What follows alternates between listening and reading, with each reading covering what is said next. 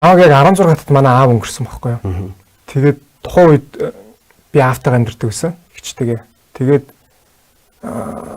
ингээ байхгүй болсон чи би яг нэг хэсэг бүр яг нэг жинхэнэ яг нэг нусаа хацартаа наасан байхгүй. Тэгээд тухайн үед бодохдоо нэг намайг одоо яг чиглүүлээд эсвэл чи ингүүл болохгүй ингүүл болно гэд ингээд чиглүүлчих нэг тийм гоё ах байсан бол гэж би тухайн үед амар боддог байсан байхгүй.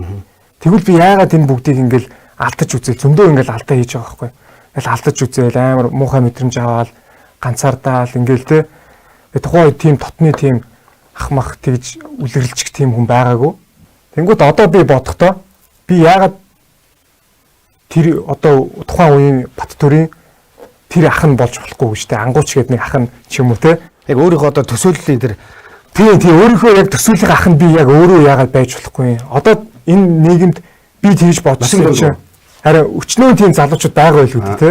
Тэгээд би моциклон 2 хаалгатай машин унна тэгэл тултан тулдахыг зэрэгцээ ингээл те бүхэл юмд өөрийгөө сорин өдөр болго өөрийгөө хөгжүүл. Яг багада өөрөө тийм ийм ахтай болох юмсан гэж мөрөөддөг байсан. Яг тэр ахыхаа дүрэг талаа. Тийм тэгэл тэрийг л одоо нэг юм нэг одоо за ангууч шин чи мэдхгүй зөв нэг тийм характерыг л үүсгэчихгүй юу те. Тэгэл тэрэндээ би өөрөө байж чадахын тулд би өөрөө надад те тамхи татах ирэхгүй болчихж байгаа юм. Би тэгэх юм бол гүйчихдэхгүй.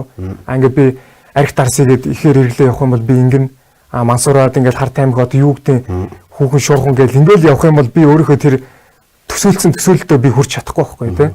Магадгүй яг би дэлхийн нийтийн одоо Кристиано Роналдо ч гэдэг юм уу хизээч одоо арх удгууч гэдэг юм уу ингээд нэг юм зоригтой хүмүүсийг би яг тийм л байдаг гэж хардаг. Тэ өөрийнхөө төсөөлөлд байхын тулд ингээд улам шунаал улам ингээд бүр одоо өөрөө байгаадаа ингээд сэтгэл хангалуун бус ингээд хөгжүүлээл те.